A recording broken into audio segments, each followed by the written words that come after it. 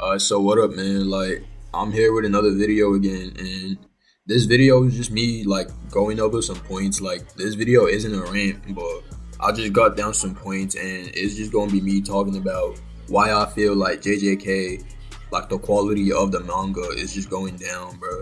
Like, I don't know if Gege is like rushing this shit, but like, I just know that there definitely been some problems, honestly, and they've been there for a while now, and I think they started kind of about when the culling games ended. And this video isn't like a rant, but I'm gonna just list out the points that I got on here. So we have Yuki's wasted character, wasted Sumiki's character, wasted Yoruzu's character and gave us a trash fight, wasted the 1 month time skip, unsealed Gojo just to give us no character interactions, no character interactions with Yuji, no character interactions with Yura, no character interactions with any character that's important, right? We also have no Sukuna technique reveal. He only uses 10 shadows. We hyped up Megumi's potential just for him to never show or use any of it. And let's just be honest, he's probably never going to use any of it because it's too late even if he comes back in the story now. Like, think about it. Even if Megumi came back in the next chapter, like, it's probably already too late, bro. Like, he's done, right? Also, for Gojo versus Sukuna, that fight, it just felt like a fucking, like, it was just like a broadcasted, like, dick measuring contest, bro. Like, why is Mei Mei streaming the fight? Like, I know it's in character, right? But she's also selling tickets as well. Like, come on, bro. Imagine if Shibuya was being, like, broadcasted.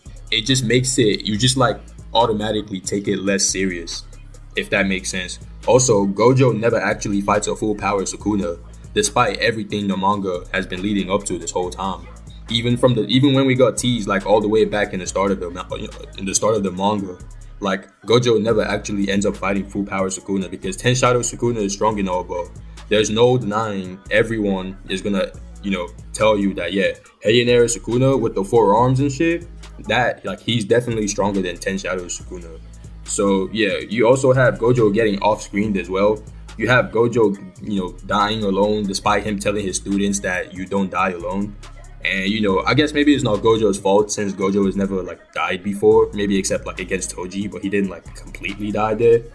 But still, man, like, you also have Kashimo, despite all the hype, dying in 2 chapters and pretty much not even laying a single finger in Sukuna. So you have all the Kashimo fanboys, they've been around, they've been hyping him up all the way since, his fight with Hikari. And that's not even on them. The way Gege was building up with, Kashimo trying to fight Sukuna. Like, I mean, nobody knew he was gonna, nobody expected him to beat Sukuna, obviously. That would have been dumb and trash.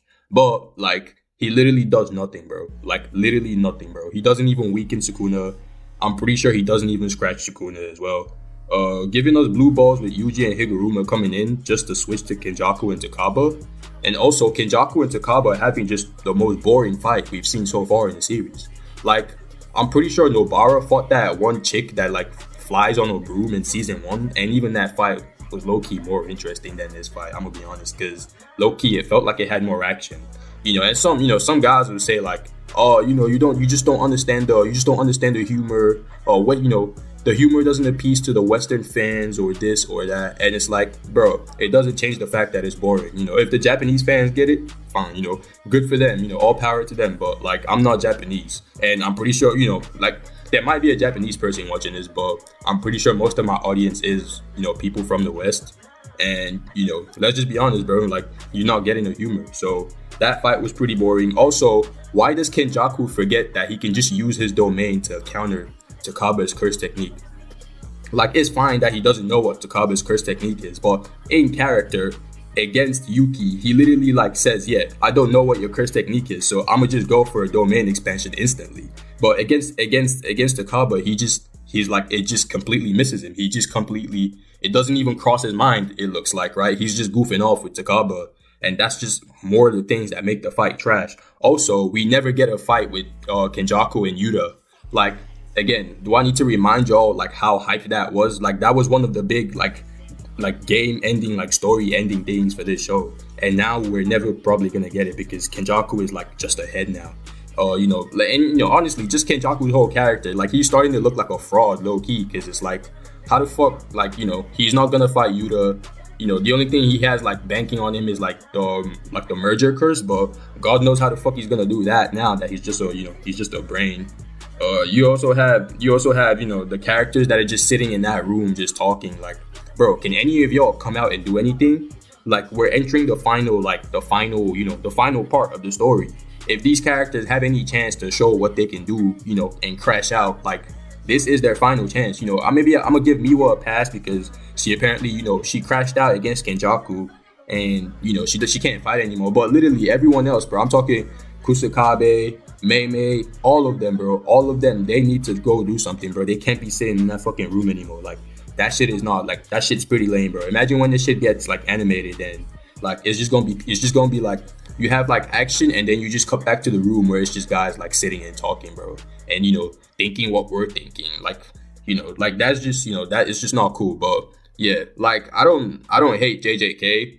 Like, I actually like the series, but I just think that there's just been like a lot of unsatisfying conclusions, and specifically just starting from when the Culling Games ended, around that fight that Yuki had with Kenjaku. And I think low-key, like, the quality of the manga has just been going downhill from there. If you believe that Gege, Gege is perfect, and Gege can't make any mistakes, or then that's fine. That's probably this video is just probably not for you. But if you agree with some of the stuff and you've seen some of the stuff that I'm talking about, then just make sure to leave your opinions in the comments, because I will be reading them. And if you can, you don't have to, but you can like and subscribe as well, because I do like random anime content and pretty much just anything that I really feel like. But yeah, I just needed to speak on this real quick because I want JJK to do well. Like, like the anime is just getting, the anime is so big, and I don't want it to get to the point where like it adapts like everything that comes after the Shibuya arc, and like anime only is just be like, oh, this shit just fell off, this shit fell off, like it's gonna be like, it's gonna be like Bleach all over again, like, oh, Bleach fell off after the Soul Society arc. And I just don't want to see a repeat of that with JJK as well. So that's just why, like, I hope that it gets better. I know this is probably it's probably happening because Gege is like rushing and trying to finish the story. Some people say that he's not, but I 100% believe that he is trying to rush it. And it might not even be him. It might be like Shonen Jump or something. We don't really know what goes on like behind the scenes. But I still think that these problems need to be like fixed. Obviously, you can't do anything about like most of the ones that I've already called, but I think from the chapter we're at now, like as of the recording of this video, which is chapter 244, right? I think Gege just needs to, he just needs to hit the mark, bro. Like, he just needs to hit the mark with Yura, everything that, comes with Yura, everything that comes with, Kenjaku, even though he's just ahead now. Sukuna versus Yuji and Higuruma. We're gonna see what happens with that, but overall, I just feel like we need less, less like, less unsatisfying conclusions to the fights. So I don't want any other fights like ending, with plot armor, because let's just be honest, that's what happened with Gojo. We don't need any more wasted characters. All of those characters in that room, they all need to come out and do something. Like, even if they die, right? The story is about to end, so let them all just crash out against Sukuna. It would be good if they have a plan, which I feel like they probably do, but that's just what I want to see from the story. And it's not just me as well, like, that's just what will make the story better, and sort of save it from completely just falling in on itself, if that makes sense. And also, final thing, the pacing just needs to like overall be better. Like, I don't, it might be weird, and maybe at the end it will all make sense, but currently the pacing just feels like it's all over the place, and that's the biggest thing that makes me feel like the story is being rushed. But besides all of these, that's it. I'm gonna catch y'all later. I might make another video soon, but I don't really know what I'm gonna make it about. But yeah, that's it. Peace.